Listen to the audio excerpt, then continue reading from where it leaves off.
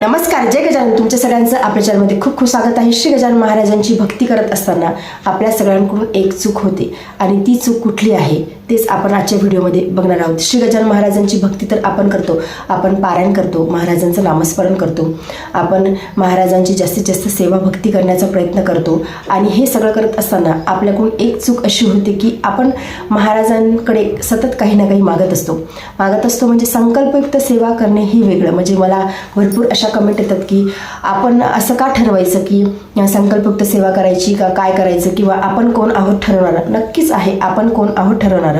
म्हणजे मी तर अशी म्हणते की मी स्वतःला असं समजते की मी महाराजांच्या समोर शून्य आहे, मी महाराजांच्या समोर काहीच नाही. आणि जे मी आज तुम्हाला बोलत आहेत किंवा तुम्ही ऐकत आहात हे सगळं काही महाराजांच्या कृपेनेच आहे. म्हणजे त्यांच्या कृपेशिवाय जर का झाडाचं पान हालत नसेल तर मग मी काही सांगत आहेत किंवा तुम्ही काही ऐकत आहात हे देखील महाराजांच्याच कृपेने होते. म्हणजे आपण ठरवून असं काही होत नाही. नाहीतर मग आपण अशा भरपूर गोष्टी आयुष्यामध्ये ठरवत असत. तुम्ही कधी बघाल की आपण खूप गोष्टी करण्याचं ठरवतो पण प्रत्येकच आपले जे काही प्लॅन्स आहेत किंवा आपण ठरवलेल्या गोष्टी पूर्ण होतात का, नाही. एक गोष्ट कधीही लक्षात ठेवावी की होय सोही राम रची राखा. म्हणजे आपल्याबद्दल जे रामाने लिहिलेलं आहे किंवा भगवंताने जे लिहिलेलं आहे तेच होणार आहे. आपण किती जरी हातपाय मारले, आपण काही जरी केलं तरी सुद्धा आपण प्रयत्न करू शकतो. आपण आपले कर्म चांगले ठेवण्याचा प्रयत्न करू शकतो. मुळातच आपण आपले कर्मच चांगले ठेवावे तेव्हाच आपल्याला तशा फळाची प्राप्ती होत असते. परंतु आपल्या मनाने काही होत नाही. आपण एक कठपुतली आहोत आणि आपण तसंच स्वतःला समजावं आणि तसंच जगावं. तर ही चूक आपण करत असतो. संकल्पयुक्त सेवा करणं ही वेगळी आणि महाराजांना सतत काहीतरी मागत राहणे हे वेगळं. म्हणजे आता कुणाकुणाचं असं असते की मी काहीतरी देणगी देईन किंवा मी काहीतरी करेल, किंवा आता कुठे काही गेलं समजा तर आपण देवाला किंवा भगवंताला किंवा महाराजांना आपण सतत हे सांगत राहतो की मी एवढं तुमच्या दानपेटीमध्ये दान करेल, किंवा मी सोन्याची तुम्हाला डोळी देईन किंवा सोन्याची मी तुम्हाला कानातली देईन आणि त्या बदल्यात मला तुम्ही हे द्या. म्हणजे आपण असं नाही की आता आपली कृतज्ञता म्हणून आपण दान करतो आहोत. ती खूप चांगली गोष्ट आहे की भगवंताच्या बद्दल कृतज्ञता म्हणून की तुम्ही मला एवढं सगळं दिलं आहे, त्या बदल्यात मी फुलाची पाकळी म्हणून तुम्हाला मी शेगावला आल्याच्या नंतर दान करेल, किंवा कुठल्या तरी भगवंताला मी डोळे दान करेल, किंवा दानपेटीमध्ये पैसे टाकेल, किंवा मी अन्नदान करेल. आता मी प्रगट दिन करत आहे, प्रगट दिनाच्या दिवशी मी अन्नदान करत आहे. परंतु महाराजांचा प्रगट दिन आहे, प्रगट दिनाच्या निमित्ताने अनेक ठिकाणी अन्नदान केलं जाते. म्हणजे सगळ्यात जास्त जगामध्ये जर का कुठला प्रगट दिन साजरा होत असेल तर तो फक्त श्री गजानन महाराजांचा प्रगट दिन आहे. प्रगट दिनाच्या दिवशी असंख्य लोक दान करतात, अन्नदान करतात, परंतु त्यामध्ये आपली भावना ही निस्वार्थ असायला हवी. म्हणजे जण अन्नदान करतात महाराजांच्या प्रगट दिनाच्या दिवशी, आपण देखील महाराजांच्या प्रगट दिनाच्या दिवशी अन्नदान आवर्जून करावे. परंतु आपली जी भावना आहे ती निस्वार्थ असावी. त्या बदल्यात आपण महाराजांकडे काही मागू नये. कारण एवढा सुंदर छान दिवस आहे, आनंदाचा सोहळा आहे, प्रगट दिन आहे, मग आपण निस्वार्थ भावनेने महाराजांची सेवा करायला हवी. म्हणजे आपण अशी निस्वार्थ भावनेने एक वेळ सेवा करून बघावं. महाराजांना आपल्याकडून काहीच नको. खरंच सांगते, महाराजांना आपल्याकडून काहीच नको. त्यांना आपण जे काही देतो त्या बदल्यात आपल्याला 1000 पटीने महाराज रिटर्न करतात.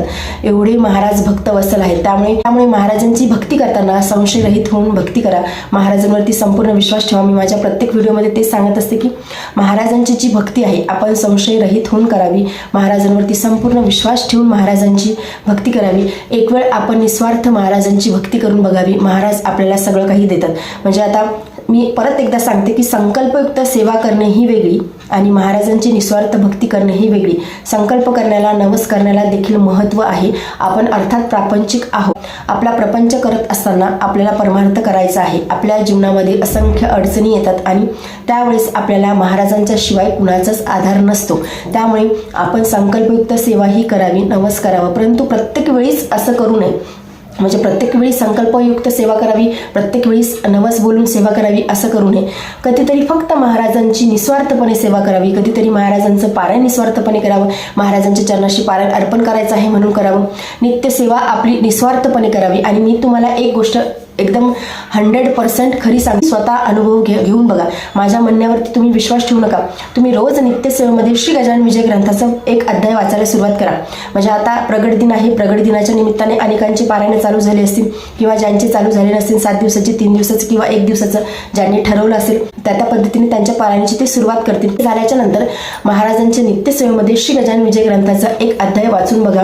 तुम्हाला स्वतःला अनुभव येतील. म्हणजे मी असं वेगळं असं काही सांगत सांगत नाही. जे माझे अनुभव आहेत किंवा जे इतरांचे अनुभव आहेत किंवा जे महाराजांनी जे श्री गजानन विजय ग्रंथामध्ये दासगणू महाराजांनी लिहिलेलं आहे तेच फक्त मी तुम्हाला सांगत आहे. म्हणजे वेगळं माझ्या म्हणण्याचा सांगण्याचा काही हेतू नाही किंवा मी अशी खूप मोठी नाही की मी तुम्हाला काहीतरी सांगेल. जे त्यामध्ये दिलेलं आहे श्री दासगणू महाराजांनी जे लिहिलेलं आहे किंवा जे इतरांना अनुभव येतात किंवा जे माझे अनुभव आहेत महाराजांच्या बद्दलचे अनुभव मी सगळे तुमच्यासोबत शेअर करत असते. माझा एवढाच शुद्ध हेतू आहे की जर मी व्हिडिओ बनवला, मी व्हिडिओ तुमच्यासोबत शेअर केला, मी काही सांगितलं, त्यातून जर का समजा आता मला समजा 1000 लोकांनी व्हिडिओ बघितला, त्यातून माझी एवढीच अपेक्षा आहे की 1, 2 ते 3 किंवा हार्डली 5 लोकांनी जरी सुद्धा ते ऐकलं किंवा ते केलं तर त्यांचं जीवन सुधारणार आहे. त्यांना प्रेरणा मिळेल, ते महाराजांची भक्ती करतील, ते त्या भक्ती मार्गावरती चालतील, त्यांनाच महाराजांची प्राप्ती होणार आहे. माझा त्यामध्ये काही स्वार्थ नाही किंवा मी काहीतरी म्हणजे वेगळं असं सांगते आहे असंही काहीच नाही. फक्त एवढंच वाटते की श्री गजानन महाराजांचे अजून भक्त व्हावे, श्री गजानन महाराज हे जगामध्ये सगळ्यांपर्यंत पोचावे, महाराज काय आहेत हे जगाला कळावं. कारण की श्री गजानन महाराज असे आहेतच की त्यांच्याबद्दल जेवढं बोलावं, जेवढं सांगावं, मला कधी कधी म्हणजे मला सुचत नाही. मला भावना खूप येतात महाराजांच्याबद्दल, खूप भाव येतात मनामध्ये, पण मला कधी कधी समजत नाही की मी ते कोणत्या शब्दामध्ये मांडू किंवा मी जे काही म्हणते आहे ते सगळ्यांपर्यंत पोहोचेल का, सगळ्या जणांना समजेल का. म्हणजे मला स्वतःलाच ते समजत नाही. माझीच मधल्यामध्ये खूप गुंतागुंत होते की मी हे सगळं कोणत्या शब्दामध्ये मांडू की महाराज काय आहेत, महाराज कसे आहेत, महाराज कशी एका भक्ताला अनुभव देतात, अनुभूती देतात. एवढंच म्हणणं आहे की श्री गजानन महाराजांची भक्ती करा, महाराजांची भक्ती ही संशयरहित करा, महाराजांवरती संपूर्ण विश्वास ठेवून भक्ती करा. कारण की आपल्याला महाराज प्रिय आहेत, तसंच आपण महाराजांना अतिशय प्रिय आहोत. महाराजांना त्यांचे भक्त अतिशय प्रिय आहेत. महाराज जेव्हा सगुण रूपामध्ये शेगावमध्ये होते तेव्हाही महाराजांनी असंख्य भक्तांचं कल्याण केलं आहे, लाखो भक्तांचं कल्याण केलं आहे आणि महाराज अजूनही लाखो भक्तांचं कल्याण करत आहे. महाराजांनी सांगितलंच आहे की मी गेलो ऐसे मानू नका, भक्तितंतर करू नका, कदाही मजलागी विसरू नका, मी आहे इथेच. तर महाराज तिथेच आहेत, शेगावमध्येच आहेत, आपल्यासाठी आहेत, आपल्या हृदयामध्ये महाराज आहेत, आपल्या घरातल्या देवघरामध्ये देखील महाराज आहेत. महाराज हे जड कधीच समजू नका, महाराज हे चैतन्य आहेत आणि ते आपण नव्हतो तेव्हाही महाराज होते, आपण आज आहोत तेव्हा महाराज आहेत आणि आपण गेल्याच्या नंतर देखील हे ब्रह्मांड आहे तोपर्यंत अनंत कोटी ब्रह्मांड नायक श्री गजानन महाराज हे राहणार आहेत. त्यामुळे महाराजांची भक्ती ही करा. आपण म्हणजे मी एक व्हिडिओ देखील शेअर केला होता की घरातल्या एका व्यक्तीने जरी श्री गजानन महाराजांची भक्ती केली तरी सुद्धा त्याचा संपूर्ण लाभ हा पूर्ण घराला मिळतो. महाराजांची एका व्यक्तीने घरातल्या, मग ती स्त्री असो किंवा पुरुष असो, एक व्यक्ती जरी भक्त असली तरी सुद्धा महाराज हे त्या सर्व कुटुंबाला सांभाळतात. एवढी शक्ती महाराजांकडे आहे. आपल्या भक्तीमध्ये फक्त तेवढी शक्ती आपण वाढवायला हवी. आपण जेव्हा भक्ती करतो तेव्हा आपण सतत महाराजांकडे काही नाही काही मागतो, तक्रार करतो, परंतु आपण हे बघत नाही की आपली भक्ती किती पुढे गेलेली आहे किंवा आपण भक्तीमध्ये कुठे चुकत आहोत, आपली भक्ती कमी पडत आहे का. आपण या गोष्टीचं देखील आपल्या अंतर्मनातून आपण एकदा चेक करून बघायला हवं की आपली भक्ती कुठे कमी पडत आहे का, आपण कुठेतरी कमी पडत आहोत का, आपली भक्ती आपल्याला अजून वाढवण्याची गरज आहे का, आपली श्रद्धा निष्ठा अजून महाराजांवरती जर वाढवण्याची आपल्याला गरज असेल तर ती आपण नक्कीच वाढवावी. त्यामुळे मी नेहमी करता म्हणते की संशय तुम्ही घेऊच नका. जेव्हा तुम्ही श्री गजानन महाराजांची भक्ती करत आहात तेव्हा महाराजांवरती देखील संशय घेऊ नका. कितीही विपरीत परिस्थिती असो, एवढंच लक्षात ठेवा की महाराज आपल्याला सांभाळणार आहेत, सर्वतोपरी महाराज आपल्याला सांभाळणार आहेत आणि महाराज सांभाळतात.